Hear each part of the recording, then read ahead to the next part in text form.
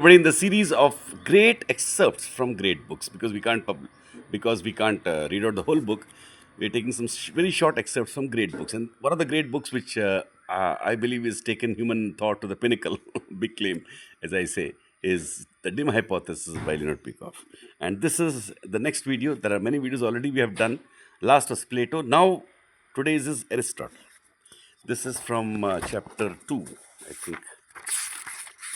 This is from chapter 2, the three archetypes. So the second archetype is Aristotle, the master of them who know, in quotations, according to Dante, created a very different system of philosophy.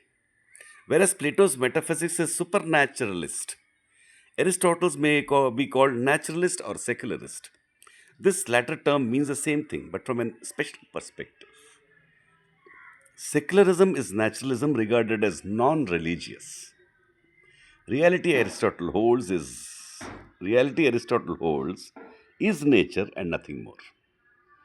Reality Aristotle holds is nature and nothing more. Because all this is reality, nothing more. Finish.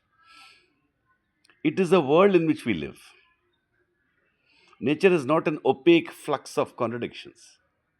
Nature is not an opaque flux of contradictions or a repository of abstractions, what we are seeing from,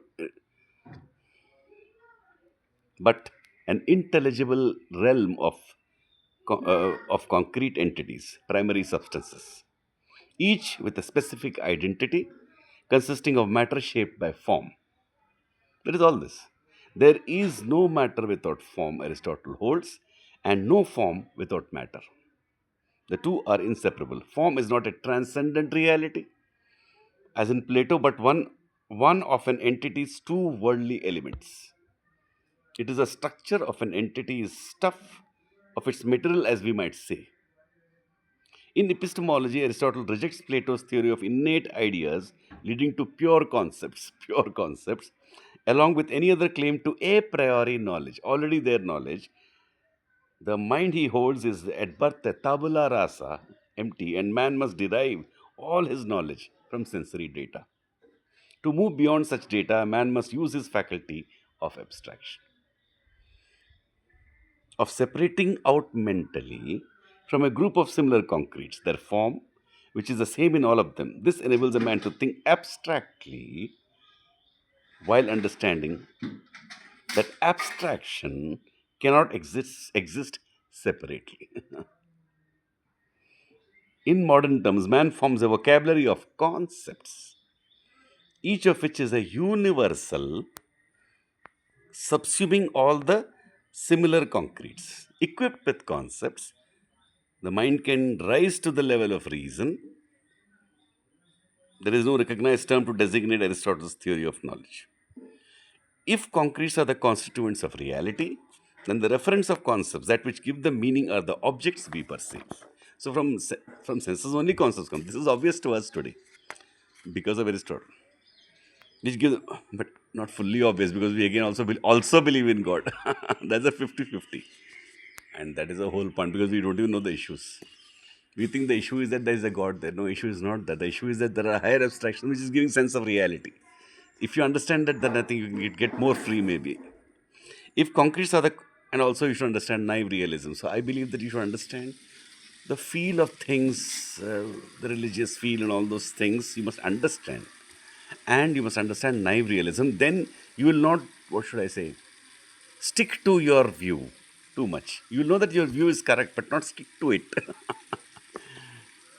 That's my view. If concretes are the constituents of reality, like people are very afraid that they might be wrong or right, they have to be very true. Like every sentence should be true. That kind of a thing will go. If you know the truth, you don't have to cling to it. That is the main thing. If you know and see, I'm seeing the tree, I don't have to cling. There's a tree, I don't have to argue. If concretes are the constituents of reality, then the reference of concepts, that which gives the meaning, are the objects we perceive.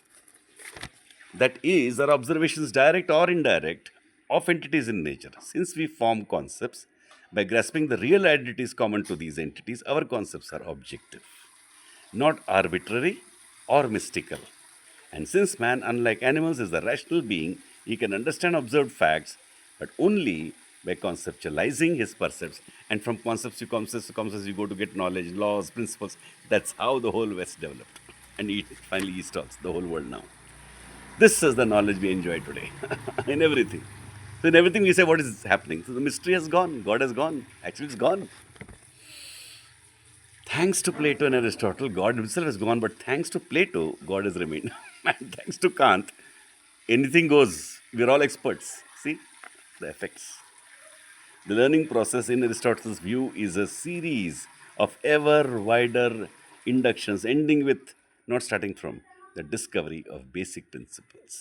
Plato's turning away from concretes, therefore, is a means not of advancing cognition, but of strangling it, if you take it, not understand, take it literally.